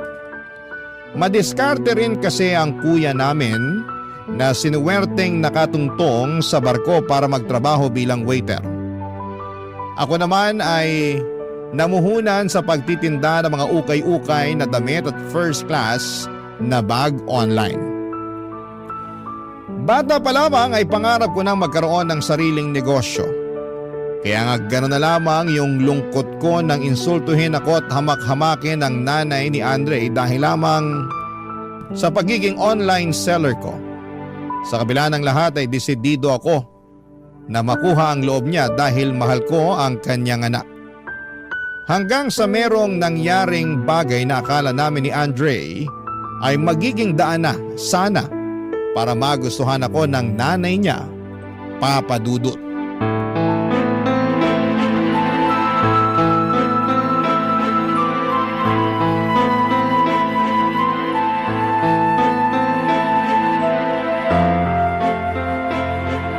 Anong sabi mo, Andre? Buntis ang babaeng yan? Opo. Buntis po si Tiffany. Magkakaapo na po kayo. Ma, ano po nangyayari sa inyo? Hindi ba halata? Sumisikip ang dibdib ko. Hindi ako makahinga. Santisima ka. Ikuha niyo nga ako ng tubig. Ako na pong kukuha ng tubig. Ma, aalalayan ko na po kayo. Baka mapano pa kayo dyan. Natatakot po ako. Mahal, nasaan na yung tubig? Ito na po yung tubig. Ayoko niyan! Bakit niyo naman po tinapon yung tubig? Nagtatanong ka pa. Paano na lang kung nilagyan pala ng lason na babaeng yung tubig na ipapainom niya sa akin? Hindi po totoo yan. Wala pong lason yung tubig na dala ko. Wala raw. Ano bang malay ko, di ba? Alam kong gustong-gusto mo nang may mangyaring masama sa akin para wala na magbubunga nga sa'yo. Naman kung ano-ano na naman pong sinasabi niyo kay Tiffany. Wala namang ginagawang masama sa inyo yung girlfriend ko. Hindi pa ba masama yung pinagbubuntis niya yung anak ninyo? Pinlano mo yan ano? Po? Pinlano mo ka ako magpabuntis sa anak ko para wala na siyang kawala sa'yo. Grabe ka! Hindi ka lang nakapagtapos ng kolehiyo, pero mautak ka rin pala! Para po sa kaalaman nyo, pareho namin ginusto ni Andre na magka-baby na. Umaasa po kami na baka pag nalaman nyo, lumambot yung puso nyo at matanggap nyo na kami. Kahit na magbuntis ka pa ng 5 o 10, hindi pa rin kita magugustuhan! Bakit po ba? Wala naman po akong ginawang masama sa inyo Masama na nga na nakilala ka ng anak ko! Mas masama pa na nagpabuntis ka sa kanya! Napakalandi mo! Ma, tumigil na kayo! Bakit mo ako pinatitigil? Bakit hindi ang babae niya na patigilin mo? Wala naman pong ginagawa si Tiffany. Kayo yung salita ng kung ano-ano dyan. Paulit-ulit na lang kayo. Natural na paulit-ulit ako para maintindihan mo ng mabuti ang mga sinasabi ko. Kaya lang, mukhang hindi. Kasi binuntis mo pa talaga tong babaeng ito. Bakit ba kasi di na lang kayo matuwa na magkakaanak na kami ni Tiffany? Tsaka kung umasta kayo dyan, akala nyo, katapusan na ng mundo. Apo nyo rin naman yung magiging anak namin. Hindi ko apo yan! Anong hindi? Kahit na ano pang sabihin mo, hindi ko matatanggap yung batang ipinagbubuntis ng babaeng yan. Iyan na nga babae na yan, hindi ko matanggap Yung magiging anak nyo pa kaya? Kayo na po talaga may problema rito. O bakit ako? Hindi ba kayong dalawa? Hindi ba yung babae na yan? Kasi kung matino yan, sana nung una pa lang nakahalata na siya na ayaw ko sa kanya. Sana nakipaghiwalay na siya sa'yo at hindi na nagpabuntis pa. Kaso nga malandi yan Gaga pa. Ikaw naman uto-uto. Hoy Andre, matalino ka. Di ba?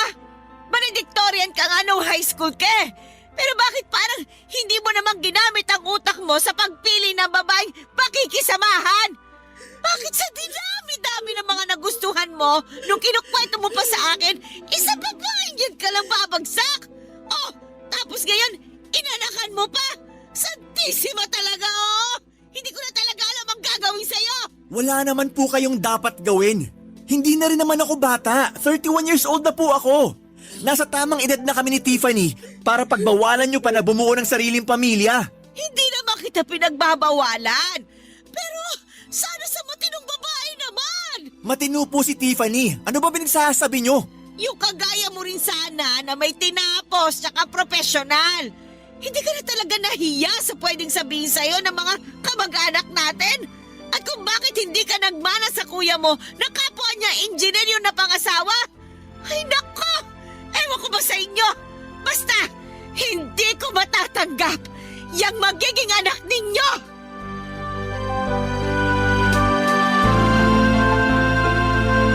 Imbes na matuwa na galit sa amin ni Andre ang mama niya, Papa Dudut. Hindi ko yon inaasahan dahil biyaya naman ang pagkakaroon ng baby. Saka nasa tamang edad na kami ng anak niya para magsabi ng kung ano-anong mga masasakit na salita sa amin ng nanay niya. Kaya nga hindi ko na napigilang maiyak. Nang mga panahong yon lalo na at mas nagiging emosyonal na ako. Buti na lamang at inalo ako ni Andre kaya kahit papaano ay gumaan ang aking pakiramdam. Papadudot doon ko po na-realize na ayaw talaga sa akin ng nanay ng boyfriend ko. At kahit na anong gawin kong panunuyo sa kanya ay sarado ang kanyang puso para tanggapin ako sa buhay niya. Hindi ko lang lubos maintindihan, Papa Dudut, dahil wala naman akong atraso sa kanya. Hindi ako masamang babae at marangal naman ang trabaho ko. Pero wala eh.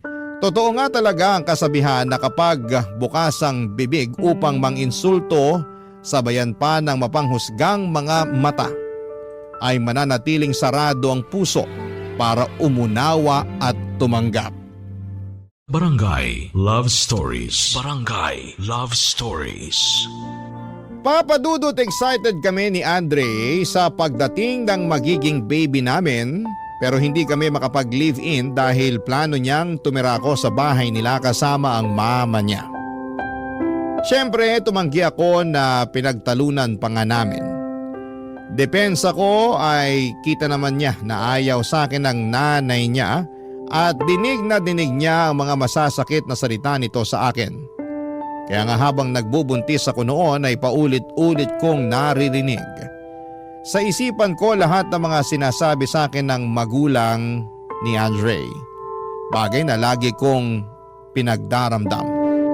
Dahil doon ay naging masela ng pagbubuntis ko at madalas akong dinudugo at nasusugod sa ospital. Minsan ako na lang ang nagdadala sa sarili ko sa paggamutan dahil nga nasa trabaho si Andre.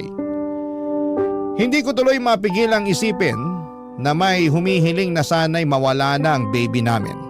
Alam ko na masama pero hindi niyo ako masisisi, lalo na noong tuluyang kinuha sa amin ang aming anak pagsapit ng 3 buwan ko sa pagbubuntis.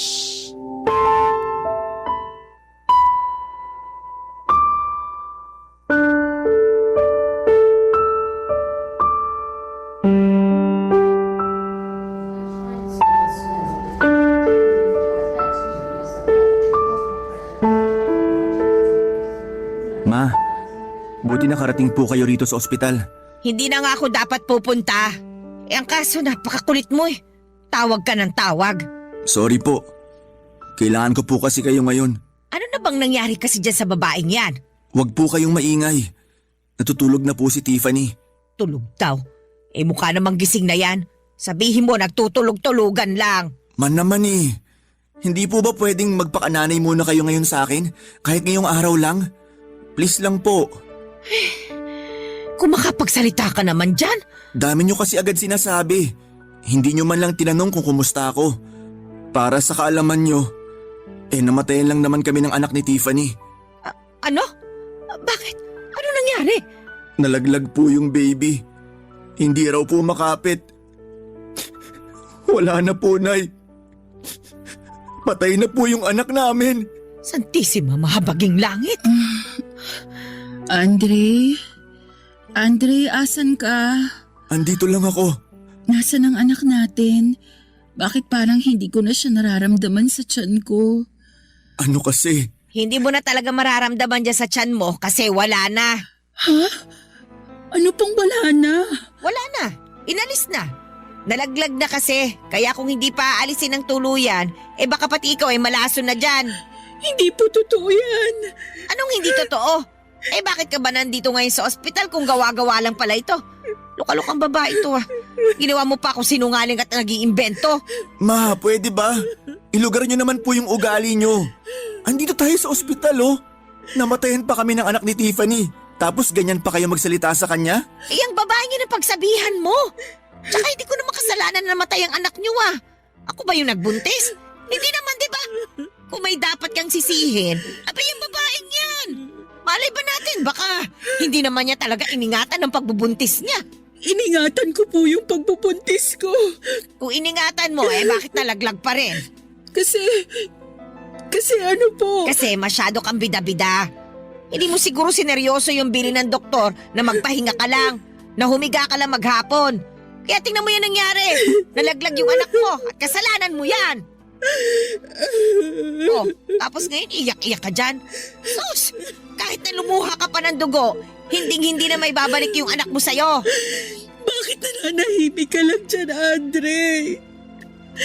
Wala ka bang sasabihin para ipagtanggol man lang ako sa mama mo?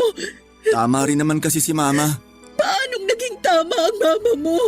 Na baka hindi mo sineryoso yung bilin sa'yo ng doktor mo na magpahinga lang muna kasi delikado yung pagbubuntis mo. Diba, naabutan pa nga kitang nagbubuhat ng mga damit na sabi mo, ibebenta mo sa susunod mong online selling? Sinaway pa nga kita na huwag ka muna masyado magkikilos pero sabi mo ayos ka lang naman. Ayos lang naman talaga ako noon eh. Saka hindi naman mabigat yung mga damit na binuhat ko. At para lang alam mo, sineryoso ko yung binilin sa akin ng doktor. Pero alam nga namang humiga lang ako maghapon at hindi mag-asikaso sa bahay natin. Ultimo pagluluto ng pagkain sa akin mo inaasa. Abay talagang sinisisi mo pa yung anak ko, ha? Bakit? Totoo naman po eh. Alam naman ng anak niyo na masela ng pagbubuntis ko. Pero alagain pa siya. Ni mag-init nga ng tubig at magtimpla ng kape sa akin pa niya inaasa. Sa palagay niyo ba, ginusto ko rin na mawala yung anak namin? Siyempre hindi. At bilang isang ina, napakasakit nun sa akin. Ina rin naman kayo. Higit kanino man dapat mas naiintindihan niyo yung pinagdaraanan ko. Kaso hindi eh. Dire-diretso kayo magsalita at manisi. Promeno naman kayo. Nakakasakit na kayo eh. Alam mo, emosyonal ka lang kaya ka nasasaktan. Tsaka, sinasabi ko lang naman ang katotohanan sa'yo. Ikaw na ang nagsabi na ina rin ako. Kaya nga naiintindihan ko yung hirap at sela ng pagbubuntis. Huwag mo naman din sanang masamain yung mga sinabi ko. Isaksak mo dyan sa kukote mo na papunta ka pa lang, pabalik na ako.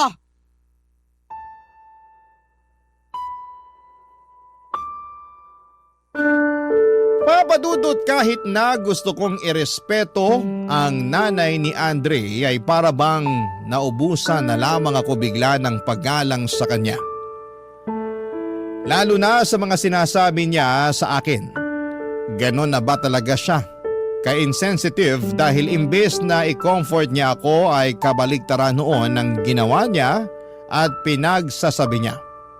Ginatungan pa ni Andre dahilan para mas lumala ang sama ng loob ko sa kanya. Dahil sa mga nangyari ay napaisip ako kung tama pa bang ipagpatuloy ko ang relasyon namin. Lalo na't mukhang hindi talaga kami para sa isa't isa. Unti-unti na rin kasi akong naliliwanagan sa sitwasyong pinasok ko. Marami akong tanong sa isipan kagaya ng paano kung magka-baby ulit kami ni Andre? Worth it pa ba ang pamilyang bubuin namin? Kung hindi rin ako maayos na pakikisamahan ng magulang niya. Ayokong lumaki ang magiging anak namin na naririnig kung kaano ako iniinsulto at hinahamak ng lola niya. Kaya lang, noong nakapagdesisyon ako na makipaghiwalay na kay Andre, ay meron namang nangyari na hindi ko lubos inaasahan. Isang araw ay napansin ko na lamang na balisa ang boyfriend ko kaya nag-alala ako ng gusto. Doon ko na siya inusisa kung ano ang problema, Papa Dudut.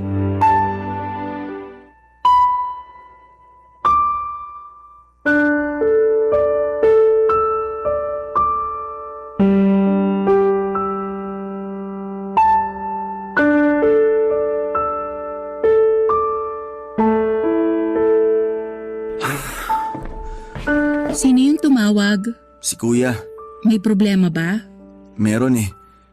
Lumabas na raw kasi yung resulta ng biopsy ni Mama. Ha? Biopsy ng mama mo? Oo.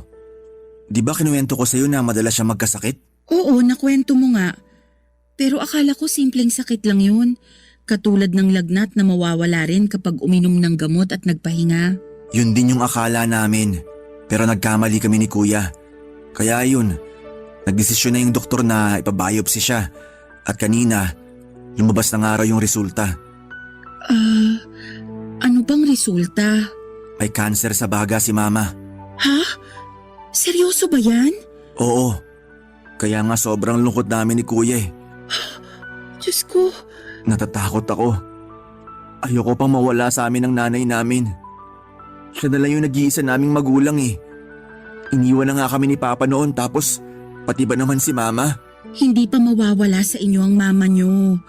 Naniniwala ako na pwede pa siyang gumaling. Nakikinig ka ba? May cancer si Mama. Hindi lang yun simpleng sakit na pwedeng gumaling ka agad. Cancer na yun at maraming namamatay doon. Marami lang ang namamatay kasi malala na at hindi na nagagamot. Kaya nga ipapagamot niyo yung mama niyo, di ba? Oo naman. O yun naman pala eh. As long as magamot siya, sigurado akong may tsansa na gumaling siya. Oo, cancer na yan. Pero meron pa rin namang gumagaling dyan. May kakilala nga ako nagkaroon din ng cancer sa baga pero nakarecover naman. Inabot nga lang ng ilang taon yung gamutan pero gumaling din naman siya. Meron pa nga cancer sa dila pero gumaling din. Talaga? Oo, marami akong kakilala na nagka-cancer pero naka-recover. Basta matutukan lang ang gamutan. Ano bang plano nyo ng kuya mo? Ayaw kasi ni Mama na i-confine siya sa ospital dahil kaya pa naman daw niya. Kaya lang, natatakot naman kami kasi baka di siya matutukan doon sa bahay tapos mag-isa lang siya doon. Kung kailangan mong umuwi muna sa inyo para maalagaan ang mama nyo, gawin mo. Paano ka naman? Ayos lang ako. Kaya ko ang sarili ko. At saka kasama ko naman dito yung bunso kong kapatid. Salamat kasi naiintindihan mo yung sitwasyon. Oo naman. Alam ko na kailangan ka ng magulang nyo. Kaya unahin mo na siya. Mahirap din naman yung nandito ka kasi mag-aalala ka lang ng husto. Yun nga eh. Hindi rin naman pwede mag-leave ng matagal si Kuya kasi kailangan siya sa trabaho niya. Demanding din kasi yung posisyon niya sa opisina nila. Oras-oras kailangan andun siya. Kaya hassle talaga na mawala siya ng matagal. Ganun ba talaga yun? Ikitang emergency naman yung dahilan ng pagli-leave niya. Kahit na emergency pa yan, may mga kumpanya talaga na mas mahalaga ang trabaho kesa kung ano pa mang bagay na dapat unahin ng mga empleyado nila. Para palang robot ang turing sa kanila ng mga boss nila. Wala naman tayong magagawa dyan. Lalo kung maganda rin yung kumpanya na pinagtatrabahuhan mo. Parang sa halip na makipagtalo sa rules and regulations nila, mapipilitan ka na lang na sundin kesa naman bigla ka na lang tanggalin. Ayaw ni Kuya yon dahil pinaghirapan niya yung posisyon niya sa kumpanya nila. Kahit na, para sa akin mas mahalaga pa rin ang kapakanan ng nanay niyo. Kaya nga ako na lang munang uuwi sa amin para may mag-alaga kay Mama. Kukumbinsin ko rin siya na magpa-confine na para natututukan siya ng mga doktor sa ospital. Para di na kami nag-aalala ng husto sa kanya. O sige, balitaan mo na lang ako. At sana nga, makumbinsi mo siya. Kasi para rin naman sa kanya yun. Di ko lang lubos maisip na bakit si Mama pa yung nagkasakit ng malubha. Marami namang ibang tao dyan na masasama. Sana sila na lang yung nagkasakit. Naiintindihan ko na masama ang loob mo. Pero hindi naman tama na hilingin mong mapasa sa iba yung sakit na meron ng mama mo. Ano bang tama? Sige nga. Ang tama mong gawin, ipagdasal mo na maging maayos ang gamutan ng mama nyo para gumaling siya. Ewan ko. Parang ang hirap naman gawin nun. Lalo binigyan niya ng sakit ang mama namin. Hindi ang Diyos ang nagbibigay ng sakit sa atin. Saka naniniwala ako na pagsubok lang to. Malalagpasan nyo rin yan. Sana nga malagpasan namin. Sana tama ka rin. Nagagaling pa si Mama. Gagaling pa ang mama nyo. At naniniwala ako doon. Papadudot, gulat na gulat ako matapos malaman na mayroong malubhang sakit ang nanay ni Andre. Ni sa hinaga pa ay hindi ko akalain na posible siyang dapuan ng ganon kabigat na karamdaman. Ayoko sanang isipin na ganti na yon ang langit dahil sa pagiging masama ng ugali niya sa akin. Kasi kahit papaano ay nanay pa rin siya ng boyfriend ko. Pero matapos umiyak sa akin ni Andre dahil sa takot na baka namang sandali ay mawala ang mama niya sa kanila ay agad-agad na nadurog ang puso ko. Bigla tuloy bumalik sa akin ang mga panahon na maagang kinuha sa amin sina nanay at tatay.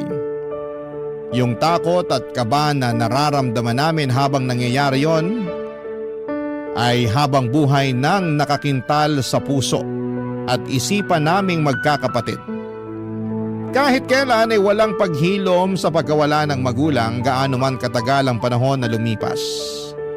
Masasanay na lamang tayo na mabuhay sa mundo nang wala sila. Pero, nandun pa rin yung sakit at tumitindi lamang yon kapag naaalala natin sila. Pero wala naman tayong magawa. Kundi ang umiyak na lamang dahil alam natin na hindi na sila magbabalik pa. Barangay Love Stories. Barangay Love Stories. Dahil sa mga nangyari ay hindi natuloy ang plano kong pakikipaghiwalay kay Andre. Napag-isip-isip ko rin naman na baka nadala lang din ako ng emosyon ko. Kaya nakapag-decide ako ng ganon. Saka mahal ko ang boyfriend ko kaya minabuti ko na lamang na kausapin siya para malaman niya ang saloobin ko. Agad na humingi ng sorry sa akin si Andre at nangako na hindi na niya babaliwalain ang damdamin ko.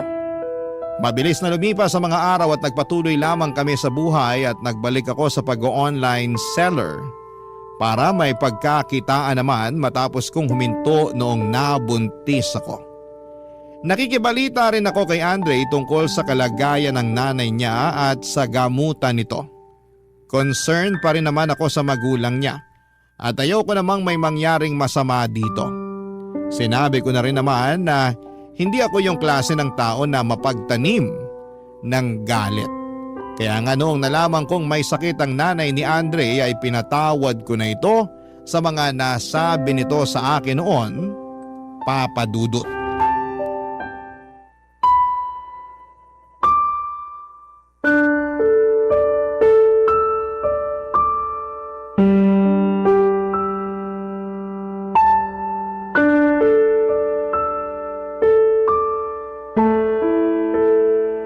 Anong gusto mong kainin? Ipagluluto kita. Kahit ano na lang siguro. Pero mamaya na kasi wala pa naman akong gana. Nangangayayat ka na oh. Hindi ka siguro nakakakain ng matino doon. Oo eh. Kahit nga sa trabaho, balisa ako.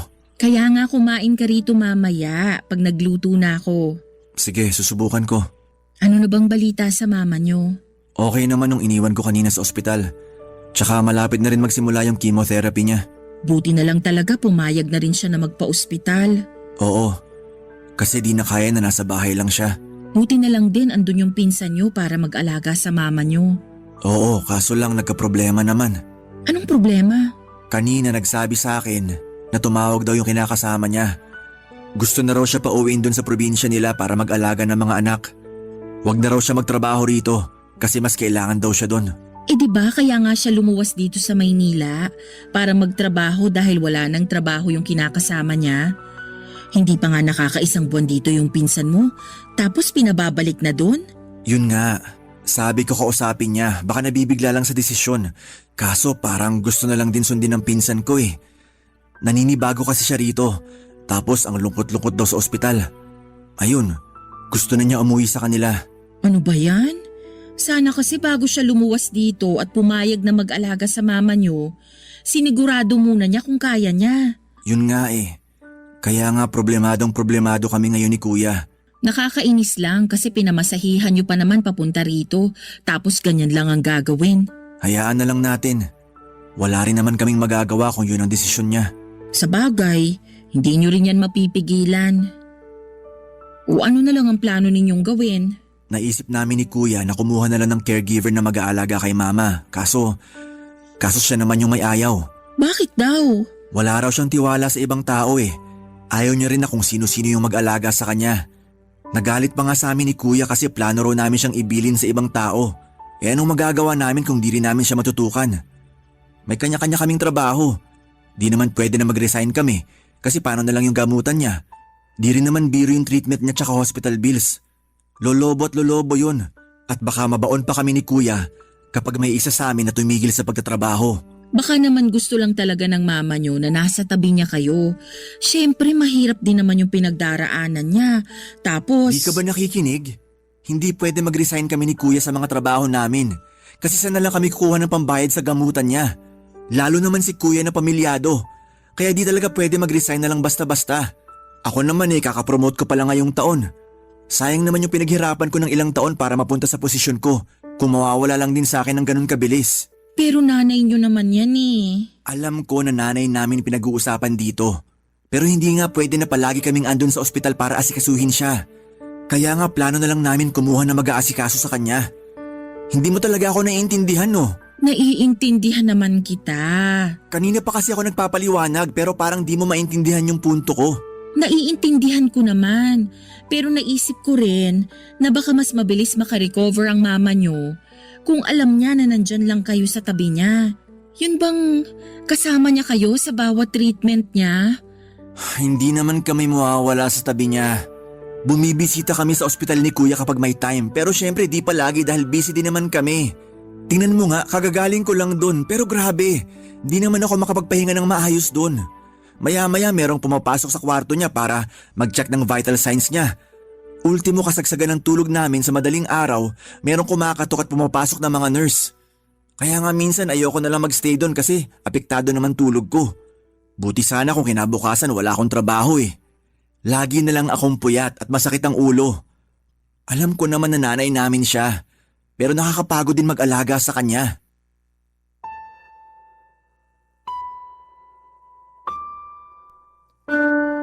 Papa Dudut, hindi ako makapaniwala sa narinig ko mula kay Andre.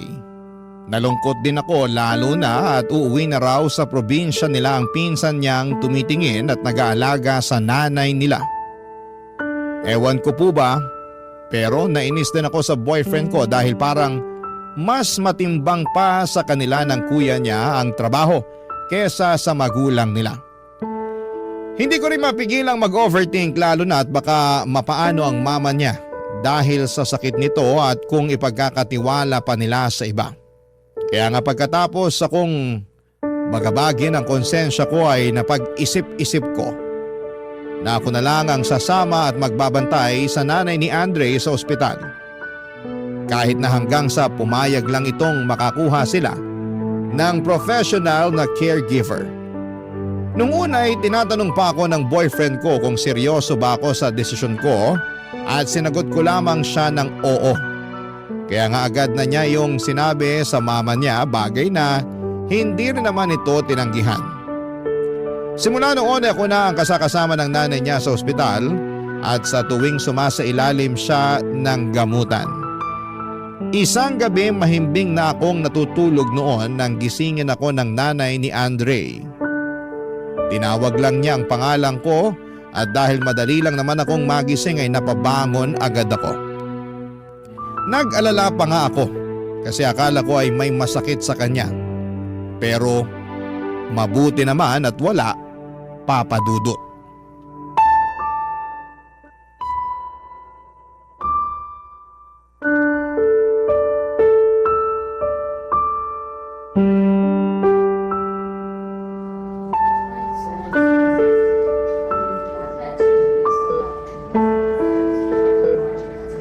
Pasensya ka na kung nagising kita ha.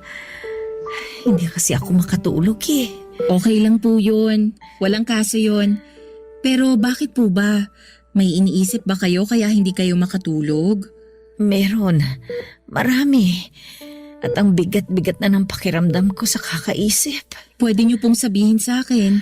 Baka sakaling gumaan yung pakiramdam niyo. Paano kung hindi na ako gumaling? Paano kung hindi na ako makalabas ng buhay sa ospital na to? Ayoko pang mamatay. Ayoko pang mawala sa mundong to kasi marami pa ako gustong gawin eh. Gusto ko pa makasama ng matagal-tagal yung mga anak ko. Pati na rin yung mga apo ko. Yun din naman po yung gusto nila Andre sa kanang kuya niya. Kaya nagsisikap sila na maipagamot kayo. Talaga? Eh bakit pakiramdam ko inabandon na nila ako? Minsan na lang ako rito dalawin. Tapos kung nandito pa sila parang inip pa sila. Hindi ko tuloy mapigilang isipin na baka nagsasawa na silang alagaan ako kasi nga ganito na ako. Yun bang may sakit? Pabigat na lang sa kanila. Hindi po totoo yan. Nakakausap ko po si Andre at nag-aalala po siya sa inyo. Natatakot siya na baka mawala na kayo sa kanya kaya lagi ko na lang sinasabi na magdasal siya. Nakikinig naman po ang Diyos eh.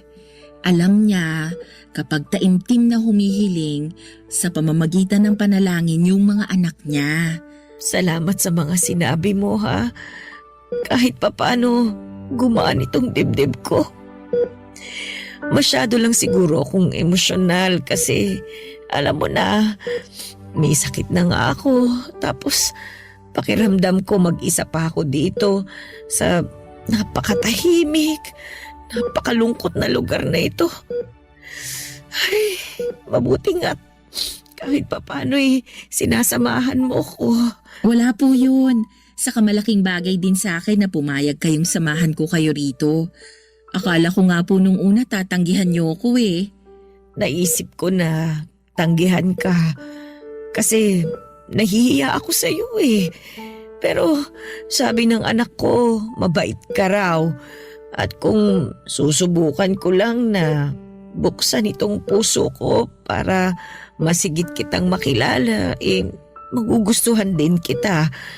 At napatunayan ko naman na totoo nga ang sinabi sa akin ni Andre. Mabait ka nga, Tiffany. Mas lalo lang tuloy akong nahiya sa sarili ko dahil naging masama ako sa iyo nung araw. Kung ano-anong mga sinabi ko sa iyo na hindi magagandang bagay. Ininsulto kita. Yung trabaho mo at kung paano ka nung nabuntis ng anak ko. Hindi rin ako nakiramay at nakisimpatya sa inyo nung mawala yung anak ninyo. Na kung tutuusin ay apo ko rin naman. Sobrang sama ko talaga sa iyo noon. Kaya nga sana patawarin mo ko, Tiffany. Wala na po yun. Matagal ko na po kayong napatawad. At saka, di naman po ako mapagtanim ng galit dahil mabigat po yung dalhin sa dibdib. Tapos nung nalaman ko pa na may sakit kayo at iniwan na nung nag-aalaga sa inyo, mas lalo kong ginusto na mapalapit sa inyo. Kahit na anong mangyari, magulang pa rin po kayo ni Andre. Kaya mahalaga pa rin po kayo sa akin. Salamat kasi alam ko na hindi mo ko dapat patawarin pero nagawa mo pa rin ako patawarin. Salamat kasi inaalagaan mo ko, sinasamahan mo ko dito sa ospital. Kung tutuusin, hindi mo naman ako responsibilidad eh. Pero dahil sa pagpapahalaga mo sa akin, nandyan ka pa rin. Pinagsisisihan ko na ang lahat ng mga sinabi kong masasakit sa iyo. At kahit na napatawad mo na ako, paulit-ulit ko pa rin gustong hingin ang kapatawaran mo habang nabubuhay ako. Maling-mali ako. Maling-mali talaga na ininsulto kita sa kung ano yung estado mo sa buhay. Nagsisisi na ako ng gusto. Pinagsisisihan ko na yon, Tiffany. Okay na po yun. Pinapatawad ko na po kayo. Wala na po sa akin yon. Ang mahalaga, yung gumaling kayo. Kaya sana magpalakas po kayo Makakalabas kayo sa ospital na to ng magaling na. At matutupad pa po yung mga bagay na gusto nyong mangyari. Kaya laban lang po tayo Laban lang po kayo. Nandito lang po ako. Pati na rin yung mga anak ninyo. Kasama niyo po kami. Hinding-hindi namin kayo iiwan kahit na anong mangyari. Salamat. Salamat talaga. Pakiramdam ko, nabigyan ako ng panibagong pag-asa. Papadudot masaya ako at naging payapa ang puso ko matapos ang pag-uusap naming yon ng nanay ni Andre. At kahit na nagkaiyakan pa kami ay alam ko na parehong gumaan ang aming kalooban. Iba talaga sa pakiramdam ang magpatawad. At masaya ako dahil taglay ko ang kakayahang yon. Sa pagpapatuloy ng gamutan ng mama ng boyfriend ko ay ako na nga ang naging kasama niya, lalo na pag nasa trabaho ang mga anak niya. Alam ko na hindi ko naman siya responsibilidad pero masaya naman ako sa ginagawa kong pagbabantay sa kanya. Paulit-ulit kong pinapaalala sa kanya na gagaling siya at makakalabas sa ospital. Kaya lang ay hindi yon nangyari dahil taong 2024, eksakto 6 na buwan mula nang na-ospital siya at na-diagnose na may lung cancer, ay pinagpahinga na siya ng Panginoon. Sobrang sakit na mamatayan ng magulang. Bigla ko tuloy naalala yung pakiramdam noong nawala sa amin sina nanay at tatay. Akala ko ay kaya ko na hindi na ako iiyak pa dahil napagdaanan ko na pero nagkamali ako. Kung anong iyak at hinagpis ni Andre sa pagkawala ng nanay niya ay ganon din ang tindi ng dalamhati ko. Pero sa kabilang banda ay masaya naman ako kasi nakasama ko ang mama niya hanggang sa mga huling sandali ng buhay nito sa mundo. Sa kasalukuyan ay magkaka-baby na kami ni Andre at nalaman namin na babae po ito. Plano naming ipangalan sa mama niya ang first name ng baby namin bilang pagkilala sa namayapan niyang lola. Hanggang dito na lamang po ang sulat ko, Papa Dudut, at maraming salamat. Sakaling mapili po ninyong i-ere sa programa ninyong Barangay Love Stories ang sulat ko. Malaking bagay yon sa akin at umaasa ako na sana'y kinapulutan ng aral at inspirasyon ng mga kabarangay natin ang aking storya. Ang inyong forever kapuso at kabarangay, Tiffany. Barangay Love Stories. Barangay Love Stories. Minsan, mahirap gumawa ng tama, pero kahit dehado ang ating bida, iyon pa rin ang ginawa niya. Ano ang masasabi mo sa Barangay Love Stories natin today? Abangan namin ang sagot mo sa comment section.